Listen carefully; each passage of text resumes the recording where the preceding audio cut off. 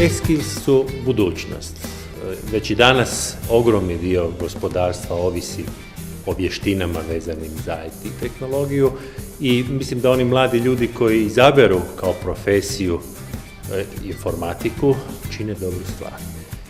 U Hrvatskoj danas imamo priličan broj mladih ljudi koji su vrlo uspješni ne samo na domaćem, nego i na stranom tržištu. Oni su izvoznici, oni kreiraju dodanu vrijednost za sebe, za svoje obitelji, za cijelo društvo. U budućnosti još će biti veći značaj tih vještina. E-skills su ono o čemu će ovisiti naš standard, naše zdravlje, kultura, komunikacija, prijateljstvo i sve ono u čemu uživamo. Zato moja preporuka mladim ljudima: učite, svladajte elektroničke vještine, uključite se u svijet uspješnih mladih ljudi.